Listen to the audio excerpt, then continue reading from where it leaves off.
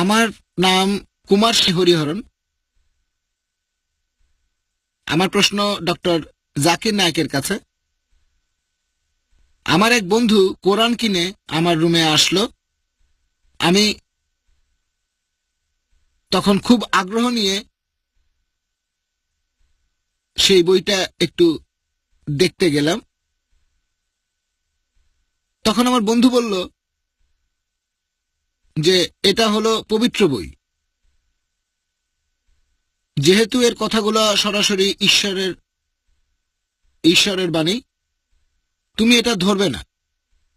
তখন থেকে আমার বন্ধু যদি বাড়িতেও যায় তখন আমি সেটা স্পর্শ করি না। এটা সঠিক না ভুল সেটা আমি জানি না, তার কথাটা ঠিক না ভুল সেটা জানি না। আমার আরেকটা প্রশ্ন আছে। আমার আরেক বন্ধু, সে তখন ঈদের ছুটিতে বাড়ি যাচ্ছিল। সে বলল যে হরিহরন, আমি বাড়ি যাচ্ছি। তখন আমি আবেগের বশে তাকে জড়িয়ে ধরতে গেলাম। তখন সে বলল, না, আমরা কোলাকুলি করব না। আমি বললাম, আজকের দিনে কি কোলাকুলি করা নিষেধ?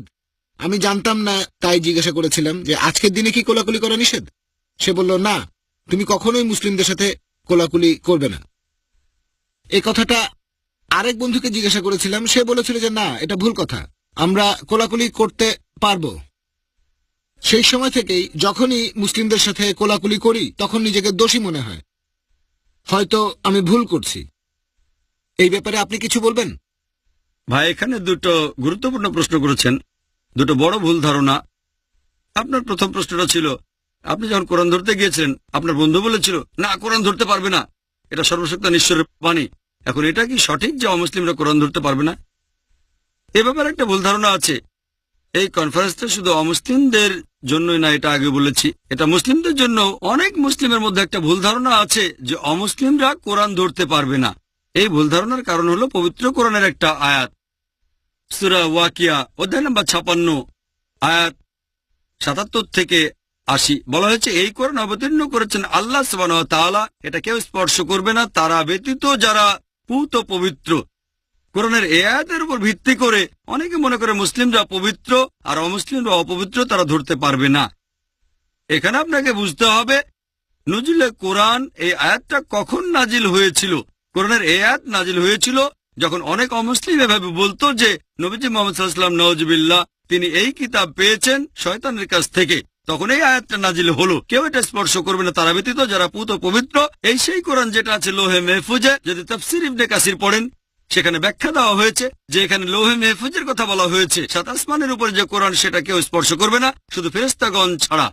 এখানে আরবি শব্দটা মুতাহারিন, তার মানে ফেরেশতাগণের কথা বলা হয়েছে। তারা শুধু শারীরিকভাবে পবিত্র নন, তারা একেবারে নিষ্পাপ। তাহলে লোহে মেহফুজে যে কোরআন আছে সেটা কেউ স্পর্শ করবে না, শুধু ফেরেশতাগণ ছাড়া। যদি শয়তান এর কোনো কিছু নিতে চায় সে কাছেই আসতে পারবে না। এখানে বলা হচ্ছে না যে অজু ছাড়া কেউ ধরতে পারবে না। যদি বলা হতো অজু ছাড়া কেউ ধরতে পারবে না, তাহলে যে কোনো অমুসলিম 150 টাকা দিয়ে একটা কোরআন কিনে স্পর্শ করতে পারত, তাহলে কোরআন ভুল প্রমাণিত হয়ে যেত। কোরআনকে ভুল বলতো সবাই। এখানে অজুর কথা বলা হয়নি, বলা হয়েছে লোহে মেহফুজের কথা কেউ স্পর্শ করবে না, মানুষও করতে পারবে না, শুধু ফেরেশতাগণ বাদে। আর আপনাদের সবাইকে বলবো, অমুসলিমদের যেটা উপহার দিতে পারেন সবচেয়ে সেরা, সেটা হচ্ছে আল্লাহ তাআলার বাণী। আমার লেকচার মূল্যহীন, আসল কথাগুলো তো আছে আল্লাহ তাআলার এই সর্বশেষ আসমানি কিতাবে। আমরা কোরআনের এই জ্ঞানটাকে প্রচার করব। এখানে অনেকে হয়তো বলবে, ভাই জাকির ঠিক আছে, শুধু অনুবাদটা দেন, আরবিটা না। আমি বলবো আচ্ছা ঠিক আছে, না দেওয়ার চেয়ে অন্তত অনুবাদটা দেন। তবে আমার মতে আরবিটাও দেওয়া উচিত। কেন? কারণ অনুবাদ করার সময় মানুষের ভুল হতে পারে, তখন বলা হবে যে সেই ভুল করেছেন আল্লাহ সুবহানাহু ওয়া তাআলা, যেটা আসলে ঠিক কথা না। যেমন ধরেন উর্দু একটা অনুবাদে আছে যে সূরা লুকমান অধ্যায় 31 আয়াত 34, আল্লাহ ছাড়া কেউ জানে না মাতৃগর্ভে সন্তানের লিঙ্গ কি হবে। আধুনিক বিজ্ঞান সম্পর্কে খবর রাখা যে কোনো মানুষই জানেন, এখন আল্ট্রাসোনোগ্রাফির মাধ্যমে আমরা আগেই সন্তানের লিঙ্গ জানতে পারি। ডাক্তার হিসেবে আমিও এটা জানি অনুবাদটা ভুল, কোরআনে লিঙ্গ শব্দটা নেই। কোরআন বলছে আল্লাহ ছাড়া কেউ জানে না যে মাতৃগর্ভে কি আছে, সন্তানের প্রকৃতির কথা বলছে, যে ভালো হবে না খারাপ হবে, সমাজের জন্য উপকারী হবে না ক্ষতিকর হবে, সে জান্নাতে যাবে না জাহান্নামে যাবে, বেহেশতে না দোজখে, কেউ জানে না। বিজ্ঞানের সবচেয়ে আধুনিক যন্ত্রপাতি দিয়ে এগুলো জানা যাবে না।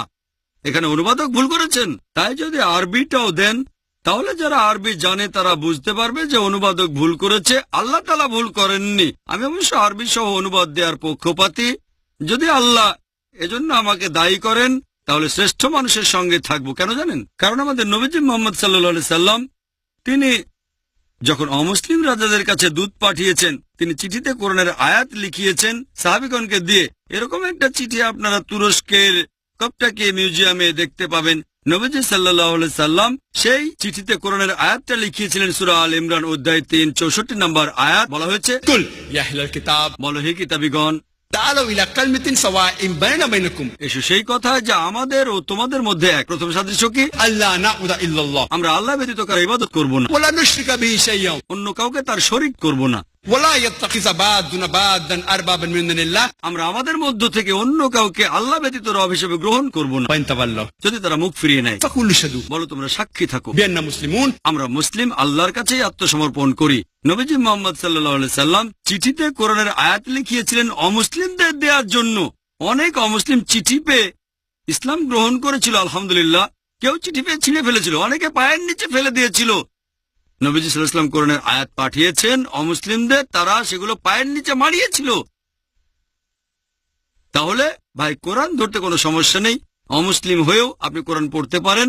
আমরা মুসলিমরা কোরআনকে আগলে রাখার চেষ্টা করি। এটা আমাদের সম্পত্তি না, সব মানুষের সম্পত্তি। এটা আল্লাহ সুবহানাহু ওয়া তাআলার বাণী। আপনি অনুবাদটাও পড়তে পারেন, অনুবাদটা পড়েন। যদি কোনো কিছু আপনার ভালো লাগে সেটা মেনে চলেন। যদি কোনো প্রশ্ন থাকে তাহলে এমন কাউকে জিজ্ঞেস করেন যিনি কোরআন সম্পর্কে ভালো জানেন। কোরআন ধরতে পারেন, কোনো সমস্যা নেই। যদি কেউ বলে আপনি কোরআন ধরতে পারবেন না, তার কাছে প্রমাণ চাবেন। কোরআনের কোনো আয়াত নেই, কোনো হাদিসও বলছে না যে আপনি ধরতে পারবেন না। এবার আপনার দ্বিতীয় প্রশ্নে আসি, অমুসলিম কোনো মুসলিমকে জড়িয়ে ধরতে পারবে, অথবা একজন মুসলিম কোনো অমুসলিমকে জড়িয়ে ধরতে পারবে কিনা?